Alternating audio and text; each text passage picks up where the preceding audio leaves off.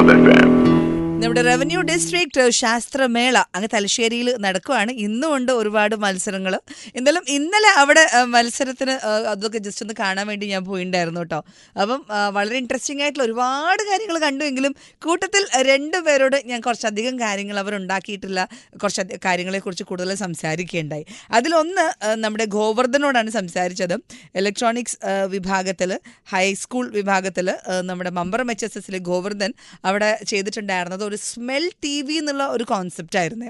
അപ്പം ഗോവർദ്ധനോട് ഞാൻ സംസാരിച്ച കാര്യങ്ങൾ ഞാനൊന്ന് കേൾപ്പിക്കട്ടെ. ഗോവർദ്ധൻ, ഞാൻ മമ്പറം 9th പഠിക്കുന്നത്. അപ്പൊ എന്താണ് ഗോവർദ്ധൻ ഈ ഒരു സ്മെൽ TV? സ്മെൽ TV എന്ന് ഉദ്ദേശിക്കുന്നത് നമ്മൾ TV-യിൽ കുക്കറി ചാനൽ കാണുന്ന സമയത്ത് ഒരു നമുക്ക് ഇഷ്ടമുള്ള ഫുഡ് ഉണ്ടാക്കുന്ന കാണുന്ന സമയത്ത് അതിൻ്റെ ഒരു ആ സ്മെല്ല് കിട്ടുന്ന സമയത്ത് നമ്മൾ മുന്നിൽ ആ ഒരു ഭക്ഷണം ഉള്ളതുപോലെ അതിൻ്റെ ഒരു ടേസ്റ്റ് നമുക്ക് അതിലൂടെ മനസ്സിലാക്കുന്നത്.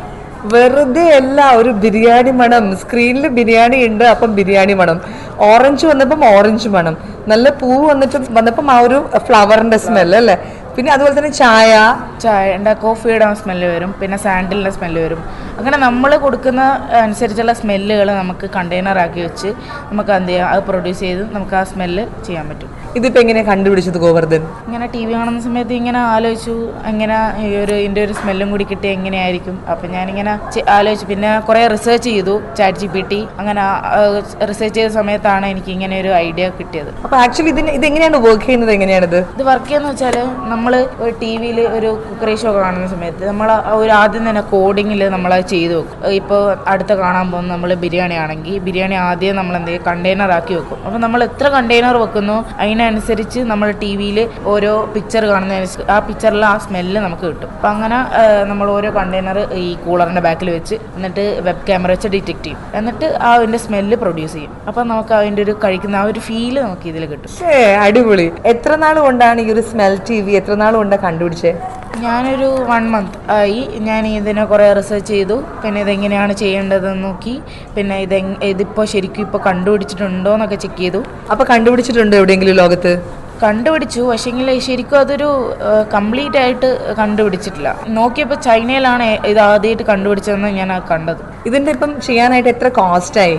കോസ്റ്റ് ഒരു 5,000 ആയി. അപ്പോൾ എന്തൊക്കെ സാധനങ്ങൾ ഇതിന് വേണ്ടിയിട്ട്? ഒന്ന് നമുക്ക് TV ഓഫ് കോഴ്സ് വേണം, പിന്നെ നമുക്ക് സ്മെൽ കണ്ടെയ്നേഴ്സ് വേണം, പിന്നെ സ്മെൽ പ്രൊഡ്യൂസേഴ്സ് വേണം, പിന്നെ മെയിനായിട്ട് മൈക്രോ കൺട്രോളർ ആർഡിനോ വേണം, പിന്നെ നമുക്ക് ലാപ്ടോപ്പ് കോഡിങ്ങിന് പൈത്തൺ കോഡിങ്. അപ്പോൾ അതിനൊക്കെ വേണം ആവശ്യമുണ്ട്. ഗോവർദ്ധൻ എന്താ വിചാരിക്കുന്നത്? സ്മെൽ TV ഭാവിയിൽ ഉണ്ടാവുമോ ഇനിയിപ്പോൾ വീടുകളിൽ? എന്തായാലും ഉണ്ടാവും, അത് ഉറപ്പായ കാര്യമാണ്. കാരണം ഇപ്പോൾ VR എക്സ്പീരിയൻസിനൊക്കെ ഇത് ഏറ്റവും കൂടുതൽ ഉപയോഗങ്ങളാണ്. കാരണം VR നമുക്ക് കാണുന്ന സമയത്ത് പൂക്കളും അങ്ങനത്തെ ഒക്കെ കാണുന്ന സമയത്ത് ആ ഒരു സ്മെല്ലും കൂടി ഉണ്ടാകുമ്പോൾ കുറച്ചും കൂടി നല്ലൊരു ഒറിജിനാലിറ്റി അവിടെ ഉണ്ടായി. അപ്പം സ്മെൽ TV നമുക്ക് എക്സ്പെക്ട് ചെയ്യാമല്ലേ വീടുകളിൽ? ഉറപ്പായിട്ടും. യെസ്. അപ്പം ഗോവർദ്ധനോട് ഞാൻ ഇന്നലെ ഇത്രയും കാര്യങ്ങൾ സംസാരിച്ചു.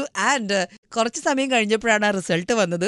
നമ്മുടെ ഇലക്ട്രോണിക്സ് വിഭാഗത്തിൽ ഹൈസ്കൂൾ സെക്ഷൻ നോക്കുന്ന സമയത്ത് ഗോവർദ്ധൻ്റെ ഈ ഒരു സ്മെൽ TVക്ക് തന്നെയാണ് ഫസ്റ്റ് കിട്ടിയേക്കുന്നത് എന്നുള്ളൊരു സന്തോഷമുണ്ട്. അടിപൊളി അല്ലേ? എന്തായാലും പല സംഭവങ്ങളും കണ്ടുപിടിച്ചിട്ടുള്ള അങ്ങനത്തെ കുറേ ഇന്നോവേറ്റീവ് ആയിട്ടുള്ള കുറേ കാര്യങ്ങൾ എനിക്ക് അവിടെ ശാസ്ത്രമേളയിൽ കാണാൻ പോയിട്ടോ. അപ്പോൾ എന്തായാലും ഇന്നും മത്സരമുണ്ട്. സോ തലശ്ശേരി ഭാഗത്തേക്കൊക്കെ പോവുകയാണെങ്കിൽ ഉറപ്പായിട്ടും ശാസ്ത്രമേള ഒന്ന് വിസിറ്റ് ചെയ്യുക, കുട്ടികളെ പ്രോത്സാഹിപ്പിക്കുക എന്നുള്ളത് തന്നെയാണ് പറയാനുള്ളത്. This is Nameena on club FM. Ton കണക്കിന് ഫൺ, ടൺ കണക്കിന് മ്യൂസിക്.